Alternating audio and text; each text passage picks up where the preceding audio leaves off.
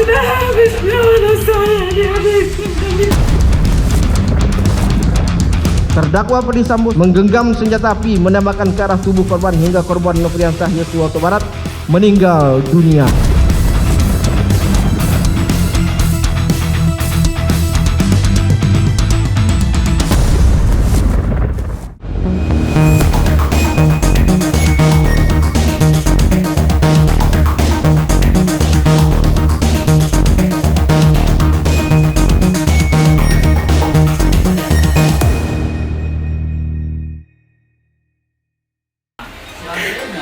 Yang terpukul itu saya, bukannya Putri. Saya yang kehilangan anak.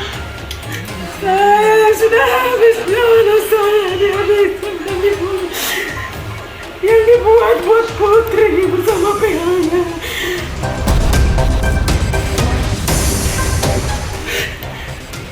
Sakit sangat pedih. Kehancuran ini buat kami orang kecil. Buat kami yang ibunya almarhum membunuh kami secara tidak langsung.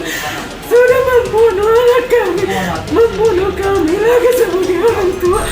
Dengan tuntutan yang sama 8 tahun untuk yang sudah mengetahui matang-matang persiapan perencanaan pembunuhan ini. Jadi betul-betul tidak adil buat kami. Tangis Rosdi Simanjuntak ibu almarhum Brigadir Yosua pecah setelah mendengar tuntutan JPU terhadap Putri Chandrawati. Pekan ini, kasus pembunuhan berencana Brigadir Yosua Huta Barat memasuki babak baru. Sambo CS menjalani sidang tuntutan dari jaksa penuntut umum. Rabu 18 Januari, Richard Eliezer duduk di kursi pesakitan mendengarkan tuntutan JPU. Saat membacakan tuntutan, jaksa Paris Manalu sempat terdiam dan mengatur nafas. Hingga akhirnya membacakan tuntutan hukuman 12 tahun penjara untuk Eliezer. Terdakwa merupakan eksekutor yang mengakibatkan hilangnya nyawa korban Nofriansah Yosua Huta Barat. Perbuatan terdakwa telah menimbulkan duka mendalam bagi keluarga korban. Akibat perbuatan terdakwa menimbulkan keresahan, kegaduhan yang meluas di masyarakat. Menjatuhkan pidana terhadap terdakwa Richard Eliezer Pudium Lumiu dengan pidana penjara selama 12 tahun dengan perintah agar terdakwa tetap ditahan, dipotong masa penangkapan.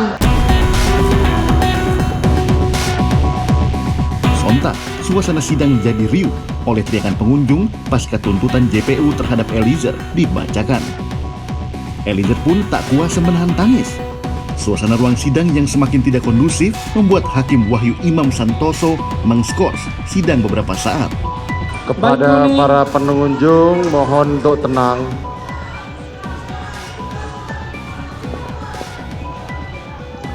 Dilanjutkan, saudara-saudara jaksa penuntut umum.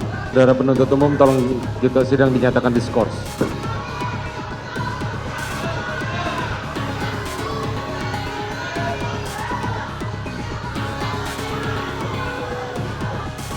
Petugas keamanan, mohon kami bantuan untuk mengeluarkan para pendukung. Tolong dikeluarkan. Pemberian tuntutan 12 tahun penjara menimbulkan kekecewaan. Tak hanya bagi tim kuasa hukum Eliezer, tapi juga pihak lembaga perlindungan saksi dan korban.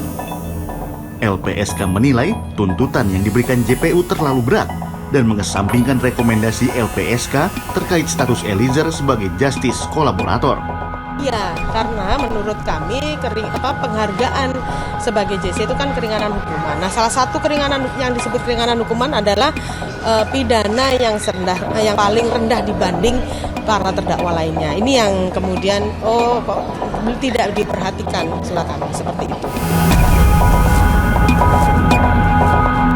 Meski berstatus sebagai justice kolaborator yang membongkar pembunuhan Yosua, namun fakta Eliezer sebagai eksekutor penembakan Yosua tak bisa dipatahkan.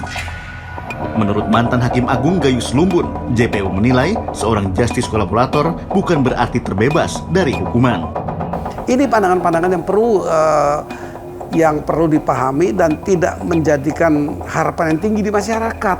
Masyarakat tinggi itu kan karena seolah kalau sudah diisi lalu given for granted, given For granted itu artinya udah JC udah aman, nggak bakal dihukum. Ini yang salah, atau dihukum ringan. Ini salah.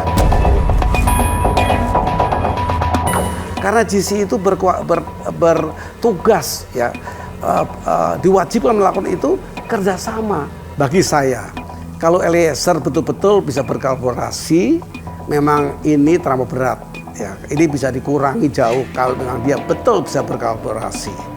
Dan itu diseimbangkan dengan deliktum tadi, dia telah membunuh. Perimbangan ini oleh hakim nantinya kan diperhitungkan berapa besar dia bersama, berapa besar ancaman menembak orang atas perintah yang salah. Kejutan lain datang dari tuntutan JPU terhadap Putri Chandrawati, di mana JPU menuntut Putri hukuman 8 tahun penjara, angka yang cukup jauh di bawah tuntutan Eliezer. Tidak terdapat adanya hal-hal yang dapat membebaskan terdakwa dari pertanggungjawaban pidana ataupun tidak ditemukan adanya alasan-alasan pemaaf maupun alasan-alasan pembenar atas perbuatan terdakwa. Oleh sebab itu terhadap perbuatan terdakwa tersebut maka terdakwa wajib mempertanggungjawabkan, dan untuk itu terdakwa harus dijatuhi hukuman yang setimpal dengan perbuatannya. Menjatuhkan pidana terhadap terdakwa Putri Chandrawati dengan pidana penjara selama 8 tahun. Dalam tuntutannya, JPU menyebutkan kalau Putri tidak pernah melakukan tindak pidana sebelumnya. Selain itu, Putri juga dinilai berlaku sopan dalam persidangan. Hal tersebutlah yang meringankan tuntutan Putri.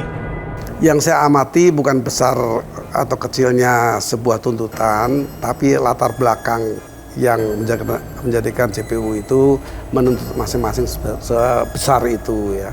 Memang sebenarnya Ibu Putri mempunyai kesalahan yang besar karena dianggap orang pertama menjadikan peristiwa ini berlanjut sampai dengan pembunuhan. Itu satu. Ibu Putri juga kemudian pada fakta tuntutan tidak saja pelecehan tapi ada perselingkuhan, artinya mau sama mau. Nah tentu pergeseran-pergeseran seperti ini sangat mempengaruhi besar kecilnya tuntutan terhadap semua pihak yang 5 orang ini.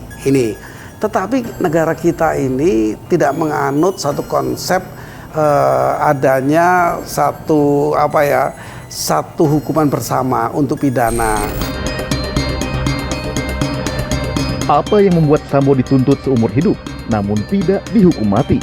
Selengkapnya di iNews File sesaat lagi.